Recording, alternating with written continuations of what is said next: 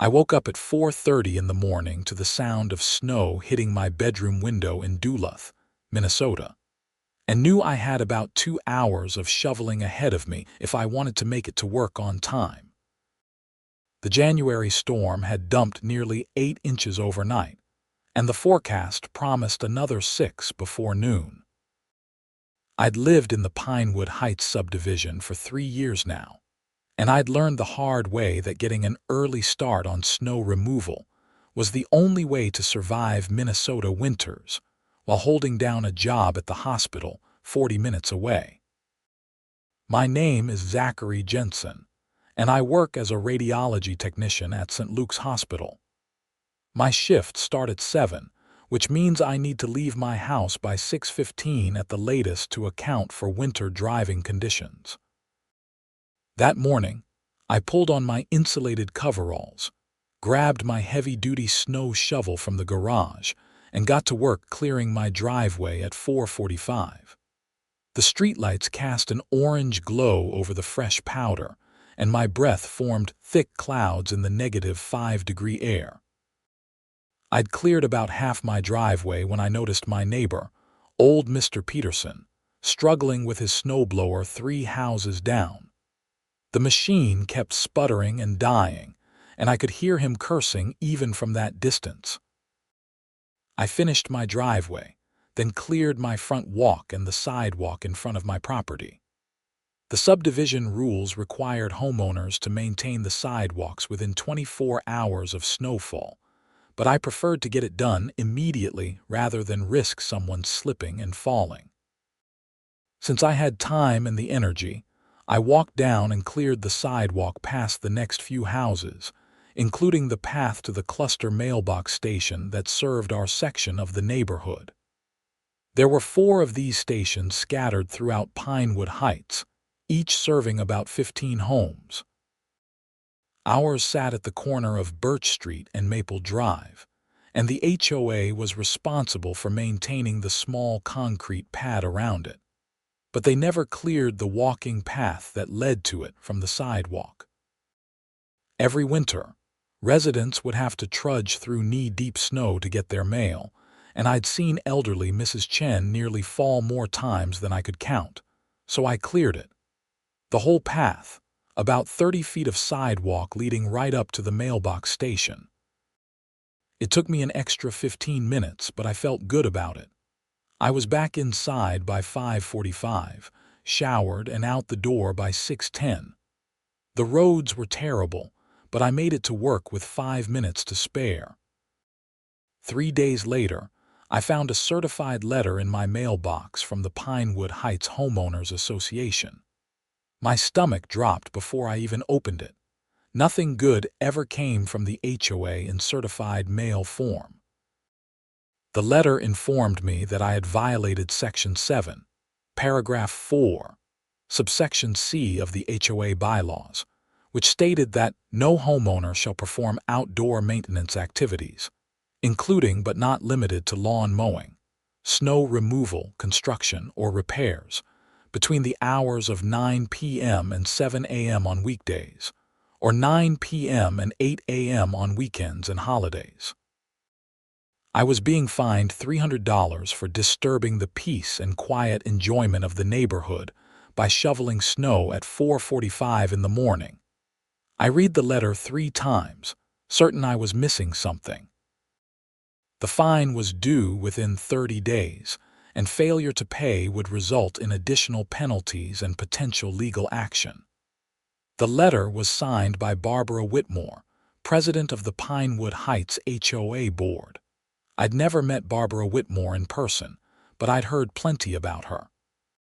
She was a 52-year-old woman who'd moved into the neighborhood about 5 years ago and had immediately inserted herself into every aspect of HOA governance. Within 2 years, she'd maneuvered herself into the presidency and had been running the association like her personal fiefdom ever since. Stories circulated about her measuring people's grass with a ruler, timing how long guests' cars stayed parked on the street, and sending violation notices for Christmas decorations that stayed up past January 1st. I called the HOA office the next morning during my lunch break. A bored-sounding woman answered on the fourth ring. Pinewood Heights HOA, this is Denise. Hi, my name is Zachary Jensen. I received a violation notice for shoveling snow too early and I think there's been a mistake. Hold please. The line went silent for nearly 5 minutes before another voice came on, crisp and authoritative. This is Barbara Whitmore. What seems to be the problem, Mr. Jensen? I received a $300 fine for shoveling my driveway before 7 a.m. I work at the hospital, and I have to leave by 6:15 to make my shift. There's no other time I can clear the snow. The bylaws are quite clear, Mr. Jensen.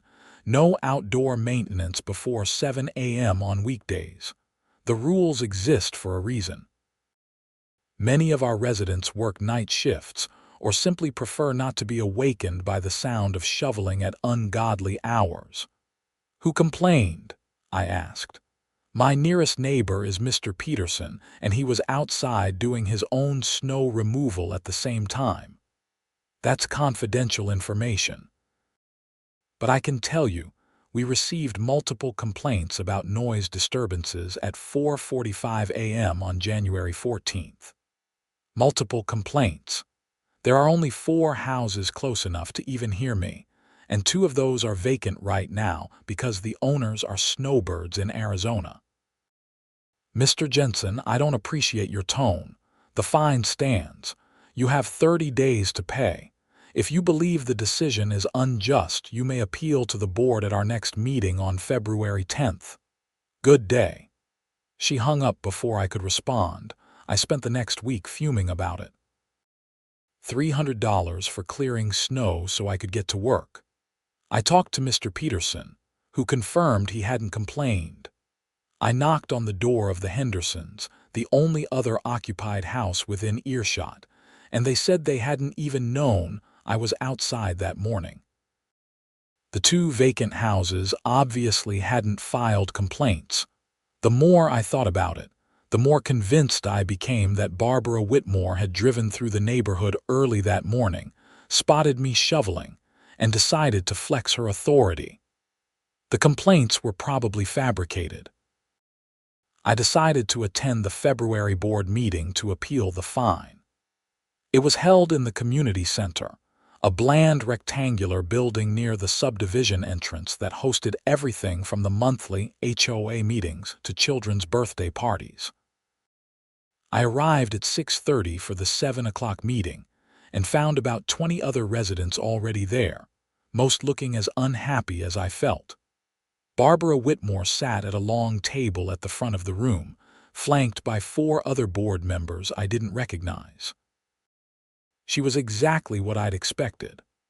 Blonde hair cut in an aggressive bob, designer glasses, yoga pants that probably cost more than my monthly grocery budget, and an expression that suggested she'd smelled something unpleasant. The meeting dragged through 45 minutes of tedious business about landscaping contracts and pool maintenance schedules before they finally reached appeals. 3 homeowners went before me, each with their own tales of ridiculous violations. One had been fined for having a wreath on their door past January 5th. Another had been cited because their trash can was visible from the street at 10 a.m. on a non-collection day, even though the truck had been running late. The board denied all 3 appeals. When my turn came, I approached the microphone set up in the center aisle. Zachary Jensen, 4782 Birch Street. I'm appealing a $300 fine for snow removal before 7 a.m. I work at St. Luke's Hospital, and my shift starts at 7. It's physically impossible for me to clear my driveway after 7 a.m. and still make it to work on time, especially during heavy snowfall. Minnesota law requires homeowners to keep sidewalks clear within 24 hours, and the only way I can do that while maintaining my employment is to shovel early in the morning. Barbara leaned forward. Mr. Jensen, Are you suggesting that your personal work schedule should take precedence over the peace and comfort of your neighbors? I'm saying that the rule doesn't account for practical reality. A lot of people in this neighborhood work early shifts. Are you going to fine all of us for maintaining our properties responsibly? The bylaws were voted on and approved by the membership. If you have a problem with them, you should have participated in that process. I wasn't living here when these bylaws were passed. Then you accepted them when you purchased your property. The fine stands. Next appellant, please. I stood there for a moment, rage building in my chest. This is ridiculous. You're punishing people for being responsible homeowners. Mr. Jensen, if you continue to disrupt this meeting, I'll have you removed. Please sit down. I returned to my seat, shaking with anger. The meeting continued for another 30 minutes, but I barely heard any of it. When it finally adjourned, I walked out into the February cold feeling more frustrated than when I'd arrived. The next major snowfall hit 8 days later, another overnight dump that left 7 inches of fresh powder by morning.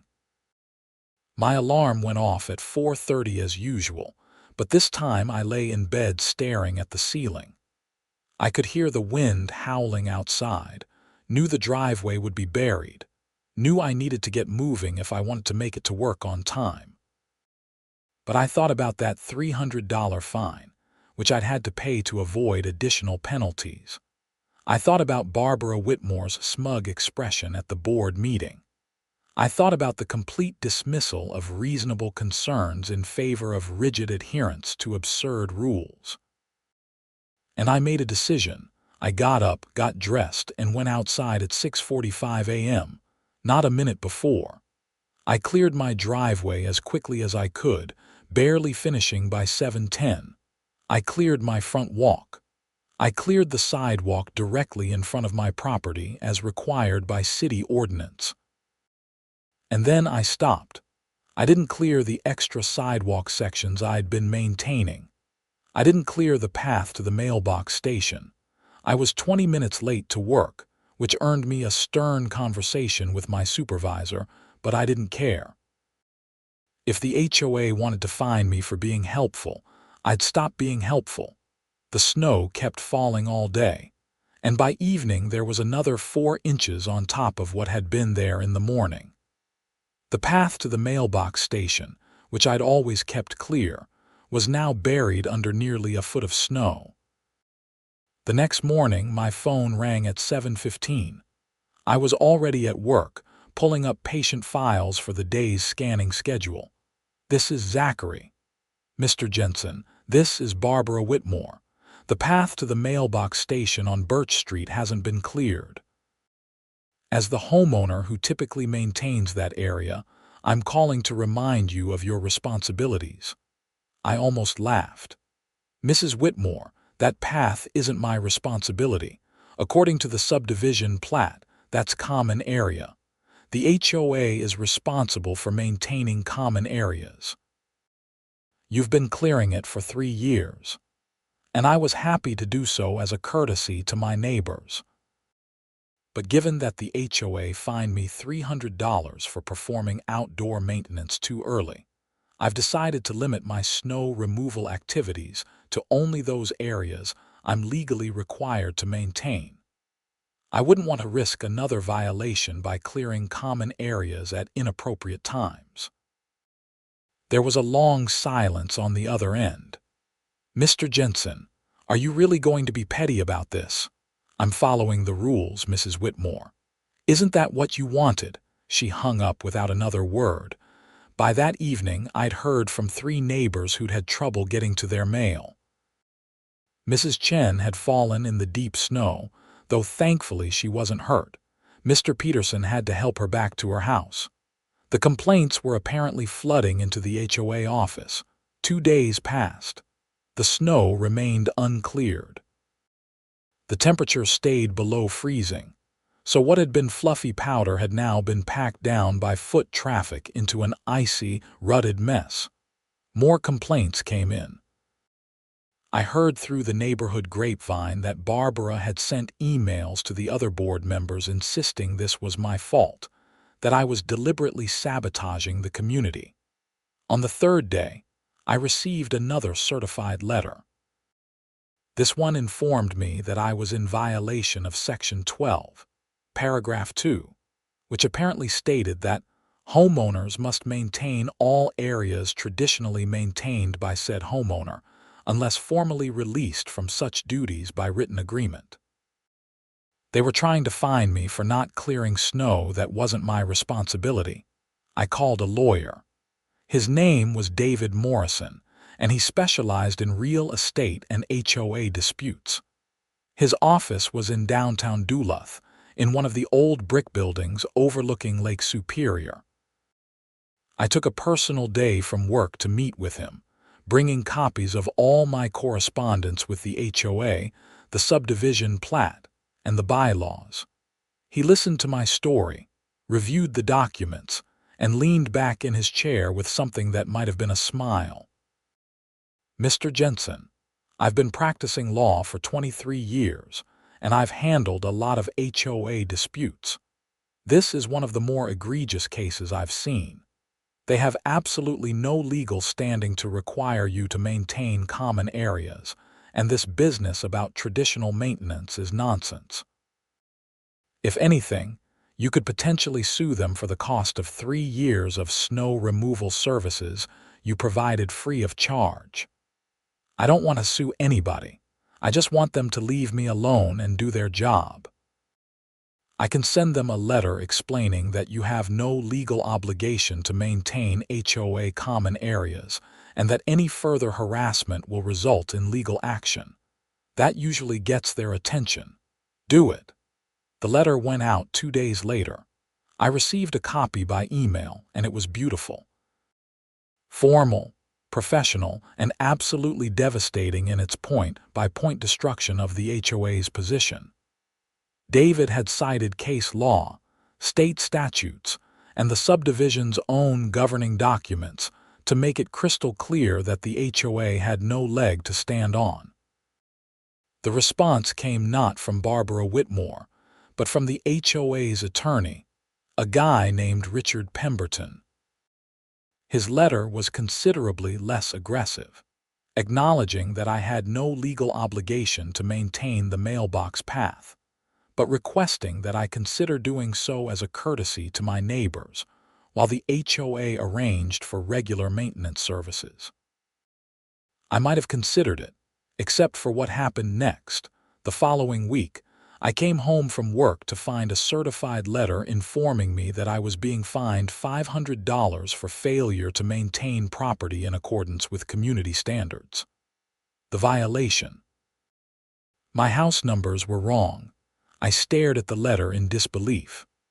My house numbers were the same ones that had been on the house when I bought it. They were metal, about 4 inches tall, clearly visible from the street, and properly affixed to the siding next to my front door. According to the violation notice, the bylaws required house numbers to be between 4 and 6 inches in height, clearly visible from the street, and in a style and color that complements the home's exterior. Mine were apparently not in an approved style. I called David Morrison again. "They're retaliating," he said immediately. "This is textbook retaliation and it's not legal. Document everything. Take photos of your house numbers and your neighbors' house numbers. I'll bet you'll find half a dozen houses on your street with numbers identical to yours, or in styles that would equally violate whatever standard they're trying to enforce." He was right. I spent an evening walking through the neighborhood with my phone, photographing house numbers. Out of the 20 houses on my street, 14 had numbers in various styles and colors. 6 had numbers nearly identical to mine. 3 had numbers that were definitely smaller than 4 inches. One house had ceramic tile numbers that were probably in violation of half a dozen bylaws. None of those houses had received violation notices. David sent another letter, this time more aggressive. He pointed out the selective enforcement, included photos of comparable house numbers throughout the neighborhood, and stated clearly that any fines levied against me would be challenged in court, and that we would be seeking damages for harassment and discriminatory enforcement of HOA rules. That's when things escalated. The next HOA board meeting was scheduled for March 10th. I decided to attend, even though I had no specific business to conduct. About 30 residents showed up, which was apparently a much larger crowd than usual. Word had spread about my situation, and people were getting fed up with Barbara Whitmore's management style. The meeting started normally enough, with reports from various committees and discussion of upcoming projects. But when they reached the open forum section, where residents could bring up concerns, things got interesting. A woman I didn't know, probably in her 30s, approached the microphone. "I want to talk about the selective enforcement of rules in this community. I've lived here for 6 years, and I've watched the HOA target certain homeowners while ignoring identical violations by others. The situation with Zachary Jensen and the mailbox path is just the latest example." Barbara's expression hardened. "If you have a specific complaint, you can submit it in writing. I'm bringing it up now. Why was Mr. Jensen fined for helping maintain a common area? He was fined for noise violations, which is a completely separate matter." Another resident stood up without approaching the microphone. "I received a fine last year for having my trash can visible at noon on trash day. The truck hadn't come yet. Meanwhile, 3 houses on my street had cans out all day and they received nothing." Barbara banged her gavel. "This is not the appropriate forum for airing grievances. If you have appeals to file, follow the proper process." But people kept standing up. A man complained about being fined for Christmas lights in January while other houses kept theirs up through February. A woman talked about receiving a violation notice for a tiny oil stain on her driveway that required professional cleaning, even though half the driveways in the neighborhood had similar stains. An elderly man mentioned being threatened with fines because his lawn was a 1/4 inch too long due to rain delays. The meeting devolved into chaos. Barbara kept banging her gavel and threatening to adjourn, while residents shouted questions and complaints. Finally, one of the other board members, a nervous-looking man in his 60s, stood up. "Barbara, I think we need to address these concerns. People are right to question how we're enforcing the rules." "Sit down, Frank. You're out of order." "No, I'm not. I'm a board member and I have a right to speak. I've been uncomfortable with some of our enforcement decisions for the past year. I think we need to review our policies and make sure we're being fair and consistent." Barbara's face flushed red. "This board makes decisions collectively, and those decisions stand. If you have a problem with that, perhaps you should resign." "Maybe I should.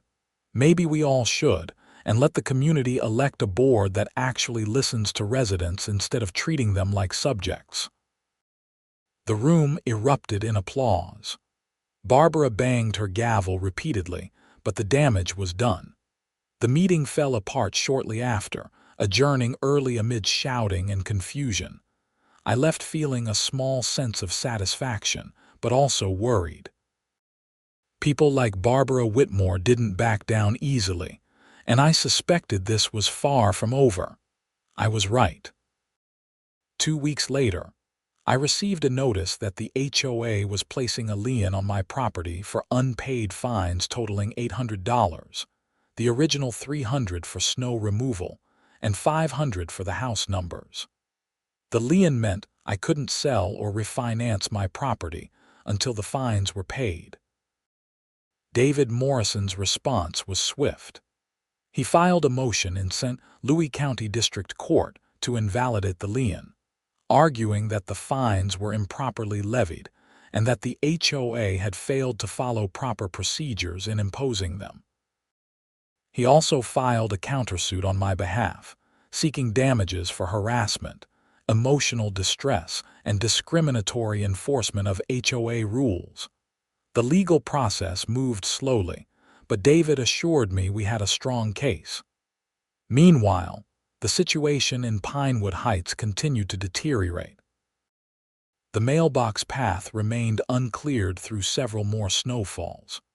The HOA hired a service to clear it, but they only came once a week, and the path was often impassable between visits. Residents were furious, and most of their anger was directed at Barbara Whitmore rather than at me.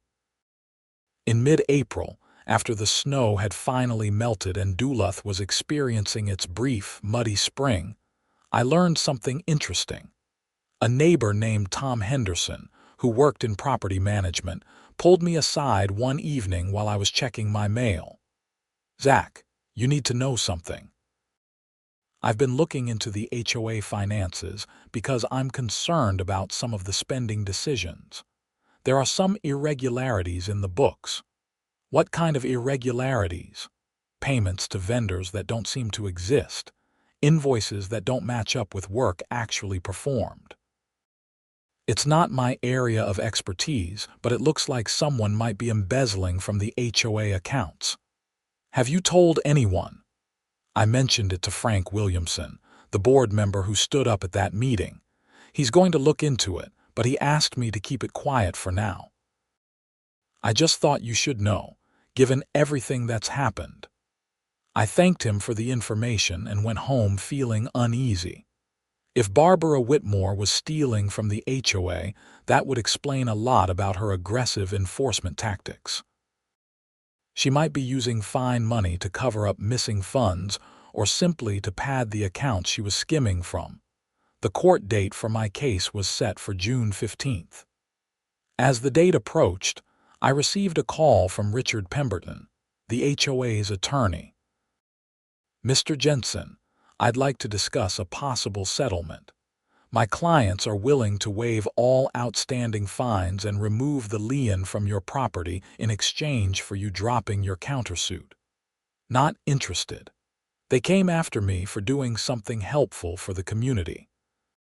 They retaliated when I stopped. They tried to put a lien on my house over made-up violations. Why would I let them off the hook? Because litigation is expensive and time-consuming, and the outcome is never certain. This offer lets you walk away clean. I'll take my chances in court. David had advised me that this would likely happen. Settlement offers usually meant the other side knew they were in trouble. We proceeded with our preparations, gathering evidence, lining up witnesses, and building our case. 2 weeks before the court date, everything changed. Frank Williamson called an emergency board meeting and invited all residents to attend. The community center was packed that evening, with people standing along the walls when the seats filled up. Barbara Whitmore was notably absent. Frank stood at the front table, looking tired and upset. "Thank you all for coming. I have some difficult news to share. After reviewing the HOA financial records with our accountant and an independent auditor, we've discovered significant irregularities in the accounts. Over the past 3 years, approximately $47,000 has been misappropriated from HOA funds." The room exploded in shocked conversation. Frank waited for it to quiet down before continuing. "The evidence points to Barbara Whitmore as the person responsible for these thefts. She had sole access to the HOA checking account and was responsible for paying vendors and contractors. We've found multiple instances of payments to fake companies, inflated invoices, and cash withdrawals that were never properly documented." "Where is she?" someone shouted. "We don't know. We've been trying to reach her for the past 3 days, but she's not answering her phone or responding to messages. Her house appears to be empty. We've filed a police report, and the Duluth Police Department is investigating." The meeting continued for over an hour, with Frank explaining what he knew and answering questions as best he could. The remaining board members announced their intention to resign and hold special elections for a new board. They also stated that all pending fines and violations would be reviewed by an independent committee to determine which were legitimate and which were examples of selective or retaliatory enforcement. I sat in the back, processing this information. Part of me felt vindicated, knowing that Barbara Whitmore had been even worse than I'd suspected. But another part felt sorry for the community, which had been victimized by someone they'd trusted to manage their affairs. The police investigation moved quickly once they started pulling financial records. It turned out Barbara had been embezzling from the HOA almost from the moment she'd taken over as president. She'd started small, with a few $100s here and there, but had grown increasingly bold over time. The aggressive enforcement of petty rules had served two purposes: generating fine revenue to help cover the missing money, and distracting residents from financial irregularities by keeping them focused on other issues. They found her a week later in Phoenix, Arizona, living in a condo she'd purchased under a false name. The Duluth police coordinated with Arizona authorities, and she was arrested and extradited back to Minnesota to face charges. The criminal case against Barbara Whitmore took months to wind through the legal system. She was charged with multiple counts of theft, embezzlement, fraud, and forgery. David Morrison kept me updated on the proceedings, as I'd been subpoenaed as a witness regarding the retaliatory fines and harassment. In the meantime, Pinewood Heights held elections for a new HOA board. The residents who were elected were younger, more reasonable people who actually lived in the neighborhood full-time and understood the practical challenges of maintaining properties while working regular jobs. One of their first actions was to revise the bylaws regarding outdoor maintenance hours, creating reasonable exceptions for snow removal and other weather-related emergencies. They also dropped all pending fines and violations that had been issued during Barbara's tenure and couldn't be clearly justified by legitimate rule violations. My fines were voided, the lien was removed, and I received a formal letter of apology from the new board president. My countersuit became moot at that point, so I dropped it. There was no point in pursuing legal action against an organization that had cleaned house and was trying to make things right. Barbara Whitmore's criminal trial took place in September. I attended on the days I wasn't working, curious to see how it would play out. The prosecution presented a devastating case, documenting every fraudulent transaction, every fake invoice, every unauthorized withdrawal. Barbara's attorney tried to argue that she'd been under financial stress due to medical bills and had made poor decisions, but the evidence of premeditation and sophisticated financial manipulation undercut any sympathy that argument might have generated. The jury deliberated for less than 4 hours before returning guilty verdicts on all counts. The judge sentenced her to 6 years in state prison and ordered her to pay full restitution to the HOA, though nobody expected to recover much of the money. Most of it had been spent on her Arizona condo, luxury vacations, and high-end purchases that she'd already sold or consumed. By October, life in Pinewood Heights had largely returned to normal, though with a palpable sense of relief and renewed community spirit. The new HOA board was transparent about finances, reasonable in enforcement, and actually responsive to residents' concerns. It was amazing what a difference competent, honest leadership made. I continued living at 4782 Birch Street, and when winter rolled around again, I went back to my old routine. I got up early when it snowed, cleared my driveway and walked before work, and took a few extra minutes to clear the path to the mailbox station. Nobody complained about the noise. In fact, several neighbors thanked me for doing it. The new HOA board even passed a resolution officially designating the mailbox paths as areas where residents were encouraged to help with maintenance, though the HOA would also ensure they were cleared regularly.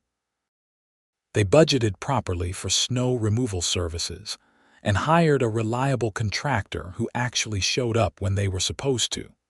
One Saturday morning in late November, I was raking the last of the fallen leaves from my yard when Tom Henderson walked over from across the street. "Hey, Zach, got a minute?" "Sure, what's up?" "The board is looking for a couple more members. We have monthly meetings, review budgets and policies, that sort of thing. It's volunteer work, obviously, but I thought you might be interested." "You've certainly earned the right to have a say in how things are run around here." I leaned on my rake, considering it. The idea of voluntarily joining the HOA board would have been laughable a year ago, but things were different now. The board was actually functional and focused on serving the community rather than wielding petty authority. Let me think about it. I work irregular hours, so I'm not sure how reliable I could be for meetings. We schedule them in the evenings with advance notice, and we're flexible if someone can't make it.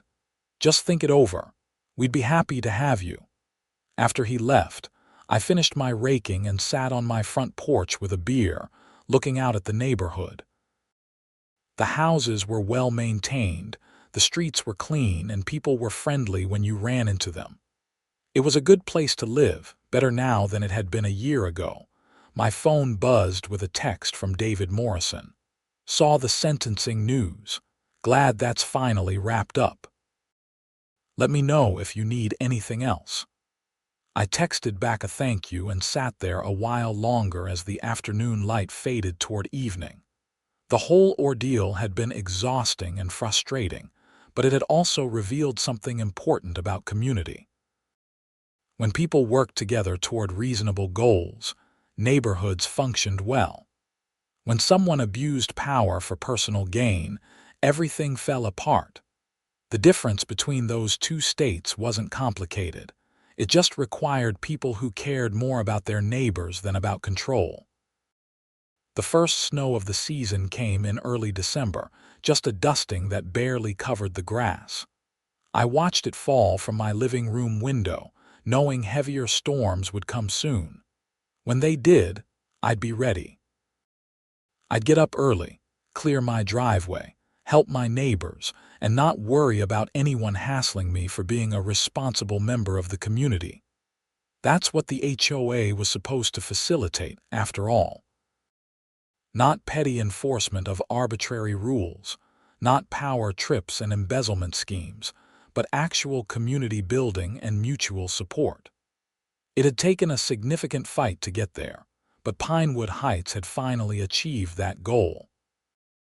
The week before Christmas, the new HOA board organized a neighborhood holiday party at the community center. It was the first social event they'd hosted, and the turnout was impressive. Probably 50 people showed up, including families with kids who ran around playing while the adults talked and ate cookies. I was standing near the refreshment table when Mrs. Chen approached, moving carefully with her walker. "Mr. Jensen, I wanted to thank you properly. I know you had a terrible time with that awful woman, and you would have been justified in never helping anyone in this neighborhood again. But you still clear the path to the mailboxes. My daughter tells me I should be more careful checking the mail in winter, but I don't like to wait for her to visit. That path makes it possible for me to stay independent. It's no trouble, Mrs. Chen. Takes me 5 extra minutes and it helps everyone. Still, not everyone would do it. Especially after what happened. So thank you." She patted my arm and moved off to talk to someone else. I stood there feeling oddly emotional about the whole thing. It really was that simple. 5 minutes of my time, a little extra effort, made life easier for a dozen families and helped an elderly woman maintain her independence. That was worth more than avoiding a petty fine or winning a legal battle. Frank Williamson found me a bit later in the evening. He was still on the HOA board, one of the few remaining members from the previous administration who'd proven to be on the right side of things. "Zach, I wanted to apologize again for not catching what Barbara was doing sooner. I should have paid more attention to the finances. I should have stood up to her earlier when she started targeting people with ridiculous violations." "You stood up when it mattered, Frank. That took guts." "Maybe, but a lot of people got hurt before I did. You especially. That whole situation was completely wrong, and I'm sorry I didn't stop it." Water under the bridge. The important thing is the neighborhood is better now. It is. And for what it's worth, I hope you'll consider joining the board. Tom mentioned he asked you. We could use someone who's not afraid to stand up for what's right. I promised to think about it, which seemed to satisfy him. The party continued for another hour, with kids singing carols off-key and adults swapping stories about past winters and memorable storms. It felt like a real community gathering, the kind of thing that justified living in a planned subdivision instead of out in the country somewhere. As I was leaving, I ran into Mr. Peterson in the parking lot. "Hell of a year, huh, Zach?" That's putting it mildly. You know what the funny thing is? Barbara Whitmore spent all that time and energy making everyone miserable over minor violations, and she was committing actual crimes the whole time. Some people are just wired wrong, I guess. I guess so. Anyway, I'm glad you didn't let her run you out of the neighborhood. This place is better with people like you in it. We said our goodbyes, and I drove home through light evening snow. The streets were quiet, decorated with Christmas lights and inflatable snowmen. My own house looked warm and welcoming, with the simple white lights I'd strung along the roofline the previous weekend. Inside, I made dinner and settled on the couch to watch television, but my mind kept drifting back to the events of the past year. The absurd fine that started everything. The decision to stop helping with the mailbox path. The escalating conflict with Barbara. The discovery of her crimes. The legal proceedings and ultimate justice.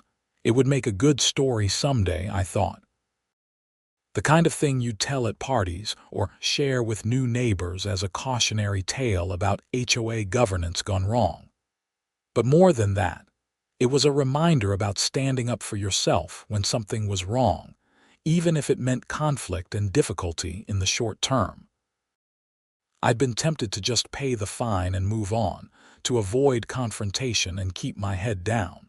If I'd done that, Barbara would have continued her reign of petty tyranny and financial fraud. Other people would have been targeted. The HOA funds would have continued disappearing. The neighborhood would have become an increasingly unpleasant place to live. Instead, by pushing back, by refusing to accept unjust treatment, I'd inadvertently helped expose a much larger problem. It hadn't been my intention when I stopped clearing the mailbox path. I was just angry and tired of being treated unfairly. But that small act of resistance had set off a chain of events that ultimately cleaned up the whole organization. The snow picked up overnight, and I woke to find 3 inches of fresh accumulation. My alarm went off at 5:30 and I got up without hesitation. Outside, the air was crisp and cold and the snow was light and fluffy, perfect for shoveling. I cleared my driveway, then my walk, then the sidewalk. I moved down to the mailbox station and cleared the path, taking satisfaction in the neat edges and complete coverage. As I was finishing, I saw lights come on in Mr. Peterson's house. A few minutes later, he emerged with his snowblower and gave me a wave. We'd developed a system over the past month, coordinating our efforts to keep the whole street clear. Other neighbors had joined in, each taking responsibility for a section. The HOA contractor still made regular runs, but the residents had taken ownership of their immediate areas, keeping everything passable between professional clearings. That's what a healthy community looked like, I realized. Not perfect rule following enforced by threats and fines, but people voluntarily working together because it made everyone's life better. The rules provided a framework, but the real work happened when individuals chose to go beyond minimum requirements. I went to work feeling good about the morning's efforts. The hospital was busy as always, with accident victims from slippery roads and elderly patients with weather-related ailments. My job involved moving patients carefully through imaging procedures, explaining what would happen, reassuring the nervous ones, and working efficiently with the radiologists to get accurate scans. During my lunch break, I checked my email and found a message from Tom Henderson with information about the next HOA board meeting and a formal invitation to join. The agenda included budget discussions, planning for spring landscaping projects, and reviewing updated bylaws. It all seemed remarkably normal and professional, nothing like the autocratic disasters of the previous year. I hit reply and typed out a message accepting the position. It felt right. I'd fought against bad governance. Now I could help ensure good governance continued.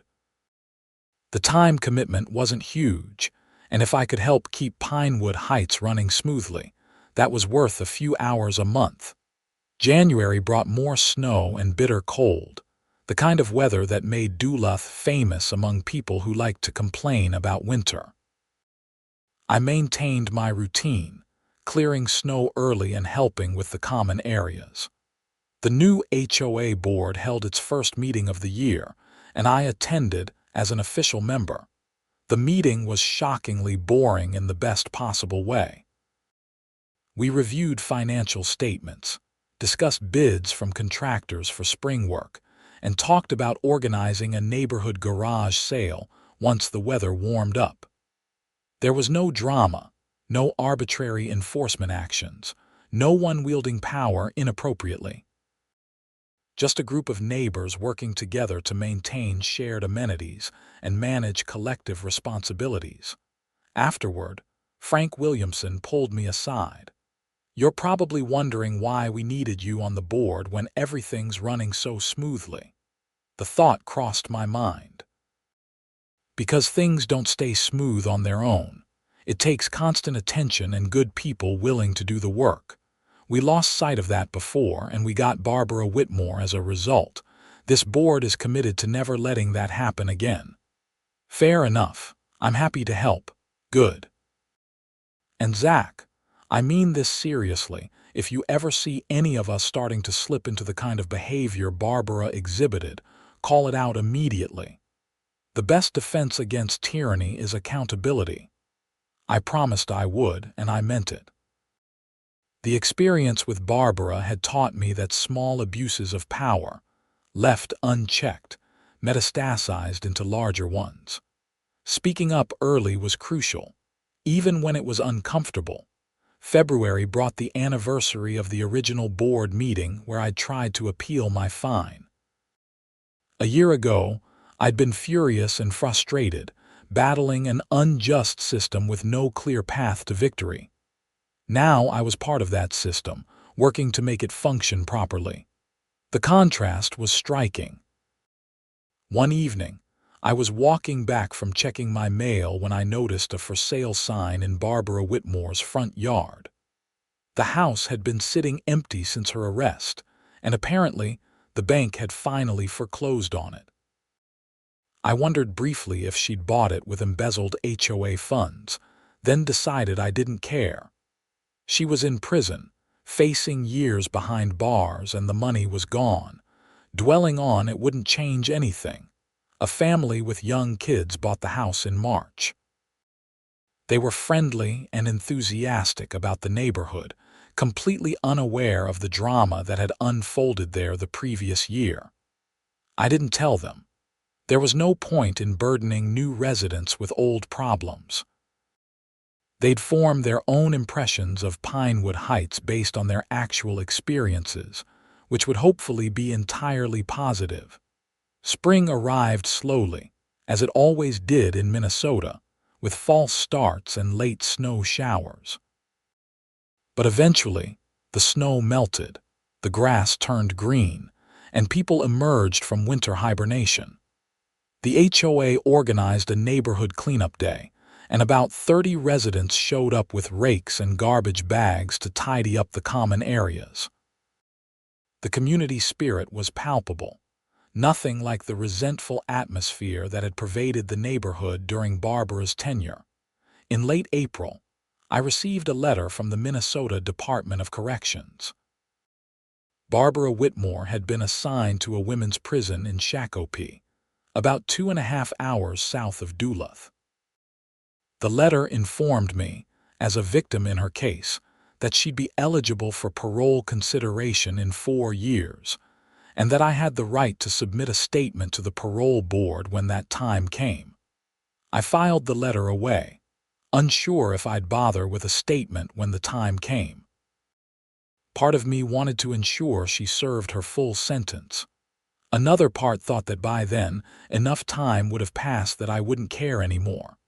Either way, that was a problem for future me to worry about. The summer was pleasant and busy.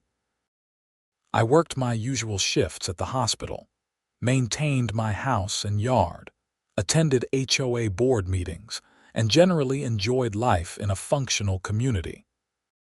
The neighborhood garage sale in June was a huge success, with nearly every house participating and hundreds of people from other areas coming through to browse.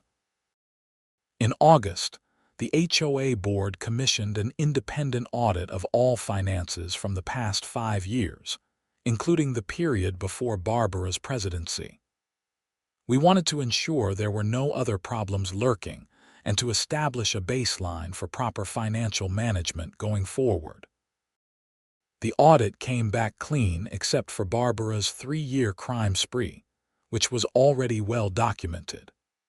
We also implemented new policies requiring 2 board members to sign off on any expenditure over $500 and mandatory quarterly financial reviews by an outside accountant.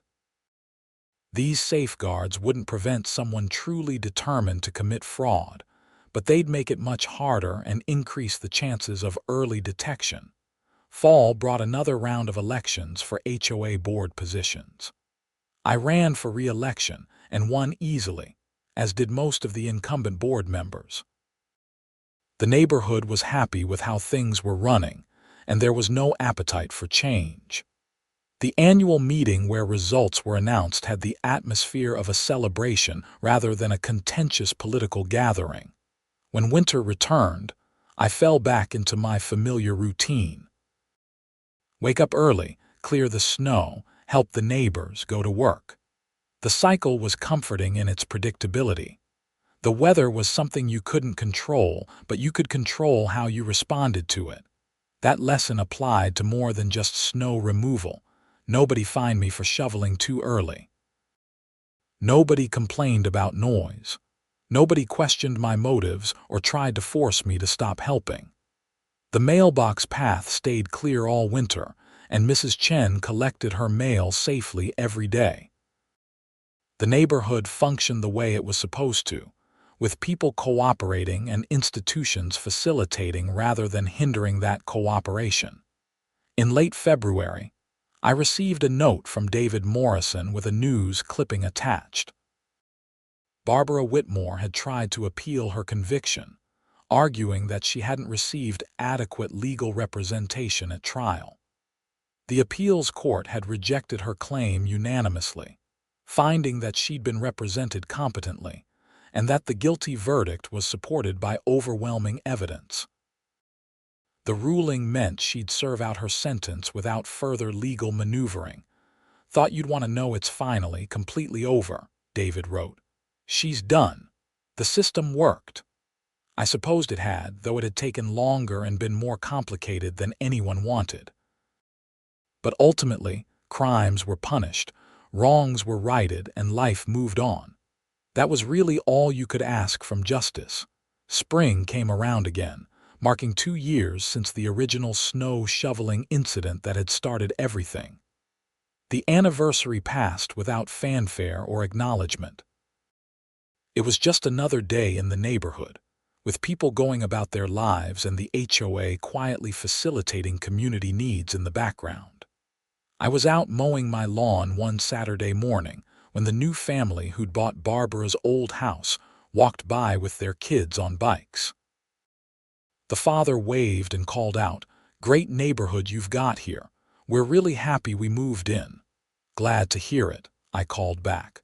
"Let us know if you ever need anything." They continued on their way, and I went back to mowing, thinking about how different things could have been. If Barbara Whitmore had been a responsible HOA president instead of a petty tyrant and embezzler, none of the drama would have happened. But then again, maybe some of the positive changes wouldn't have happened either. Sometimes you needed to break things before you could rebuild them better. Not that I'd recommend the experience. It had been stressful and expensive and had consumed far too much of my time and energy. But it had worked out, and that had to count for something. The HOA board meeting that month included a discussion about commissioning a new neighborhood directory. The old one was 3 years out of date, and with the turnover of residents, it no longer reflected who actually lived in Pinewood Heights. We voted to approve the project, budgeted funds for printing, and assigned a couple of board members to coordinate the collection of information from residents. These were the mundane details of community management, utterly boring but absolutely necessary. No one would write news articles about proper directory management or adequate snow removal budgets, but these things mattered more to daily quality of life than dramatic conflicts or criminal prosecutions. As spring turned to summer, I found myself reflecting on the whole experience less and less.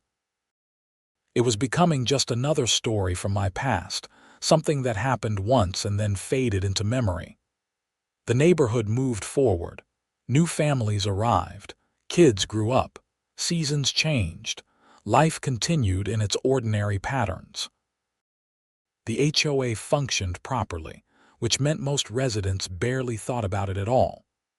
That was the ultimate measure of success for a homeowners association, being competent enough that people could ignore it and focus on living their lives.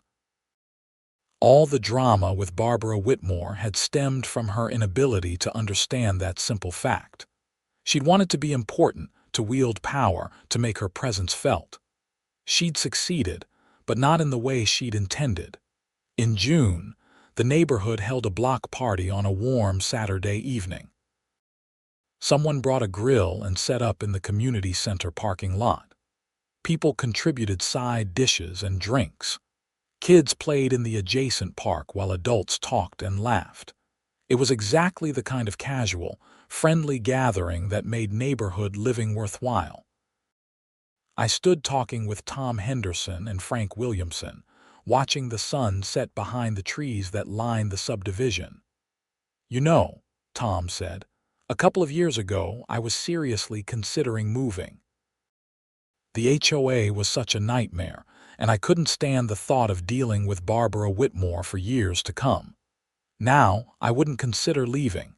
It's amazing what a difference leadership makes." Frank nodded. "I still feel guilty about not standing up to her sooner. So many people were harassed unnecessarily." "You did stand up eventually," I said. "That's what matters. And you helped make sure the new board was set up to succeed. Give yourself some credit." We talked for a while longer, then drifted off to mingle with other neighbors. I ended up talking to Mr. Peterson about his plans to visit his daughter in California later that summer, then helped Mrs. Chen carry her folding chair back to her car when the party wound down.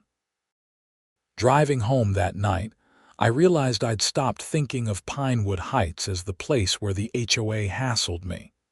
It was just home now, a good neighborhood with friendly people and competent governance. The past wasn't forgotten, but it had been integrated into a larger story that was still being written. The legal settlement I'd received from the HOA, compensation for the improper fines and harassment, sat in a savings account earning interest. I'd thought about using it for a vacation or home improvement project, but ultimately decided to just let it accumulate. Maybe someday I'd need it for something important, or maybe I'd donate it to a cause I cared about. There was no rush to decide. Summer passed in a blur of work shifts, weekend projects, and neighborhood activities. The HOA board met monthly, dealing with routine business and planning for upcoming needs. We approved contracts, reviewed budgets, and occasionally mediated disputes between neighbors over minor issues. It was all very normal and functional, which was exactly how it should be. In September, I was contacted by a local news reporter who was doing a follow-up story on the Barbara Whitmore case. She wanted to interview me about my experience and how the neighborhood had recovered. I declined politely. There was nothing to be gained from rehashing old drama for public consumption. The story had ended well. That was enough. Fall brought another successful change of seasons, with brilliant foliage and perfect weekend weather. I attended the annual HOA meeting in October, which was sparsely attended because everything was running smoothly and nobody had major concerns. The board gave its reports, the budget was approved, and everyone went home within an hour. Remember when these meetings would go for 3 hours and end with people shouting? Tom joked as we walked to our cars. "Let's not relive those days," I said. "Boring is good when it comes to HOA meetings." Amen to that. The second winter of the post-Barbara era arrived with a significant December snowstorm. I was up at my usual early hour, clearing my property and the mailbox path. Other neighbors joined in as morning progressed, and by the time I left for work, the entire street was in good shape. The coordination happened naturally, without anyone organizing it or sending out reminders. People just did what needed to be done because it benefited everyone. That, I thought as I drove to work through freshly plowed streets, was what community really meant. Not rules and fines and enforcement actions, but voluntary cooperation based on mutual respect and shared interests. The HOA provided a framework for that cooperation, but the real work happened when individuals chose to be good neighbors. Christmas came and went, pleasant and uneventful. The neighborhood looked beautiful with its modest decorations, and nobody received violations for leaving lights up too long or displaying unapproved ornaments.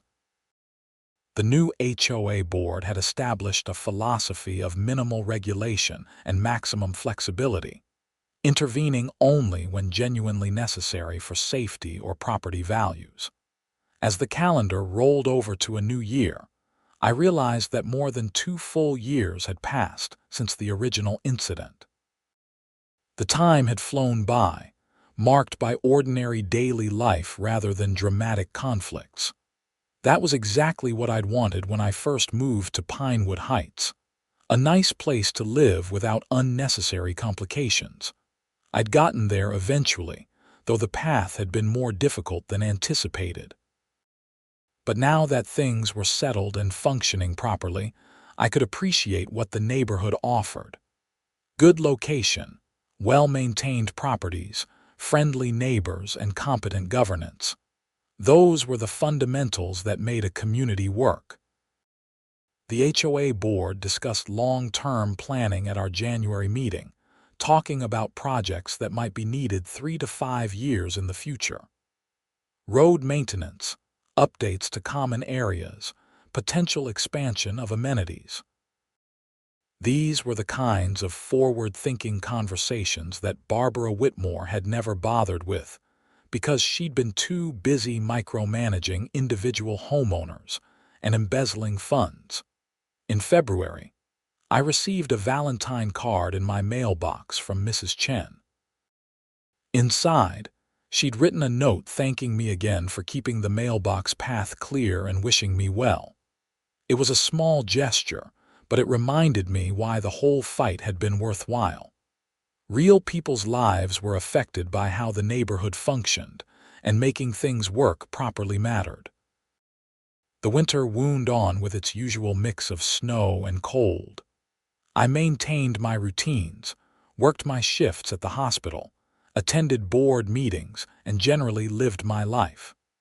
The drama of 2 years earlier felt increasingly distant, like something that had happened to someone else in a different life.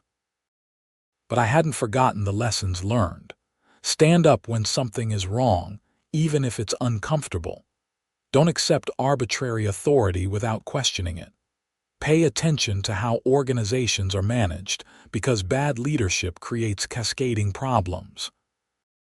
And understand that sometimes you have to fight for what's right, even when it would be easier to just go along. Those lessons had value beyond HOA disputes. They applied to work situations, family dynamics, civic engagement, all aspects of life where power structures and human relationships intersected. The Barbara Whitmore situation had been an expensive education in those principles, but education always costs something. By the time spring arrived again, bringing its annual relief from winter's grip, I'd fully integrated back into normal neighborhood life. The past was past, the present was good, and the future looked stable. That was really all anyone could ask for. I was clearing some early spring yard debris one Saturday morning when a moving truck pulled up to a house 2 doors down. A young couple got out, looking excited and nervous as they prepared to move into their first home. I walked over to introduce myself and welcome them to the neighborhood. "You're going to like it here," I told them. "Good people, well-run HOA, nice community. If you ever need anything, don't hesitate to ask." They thanked me, and I returned to my yard work, thinking about how that simple interaction represented everything the neighborhood should be. Welcoming, supportive, and functioning well enough that new residents could move in with confidence. It had taken work to get there, but it had been worth the effort. The story of the HOA that fined me for shoveling snow too early had become the story of a neighborhood that overcame bad governance and emerged stronger. That was a narrative worth being part of, even if the journey had been difficult. And now, with everything settled and working properly, I could simply enjoy living in a place that felt like home.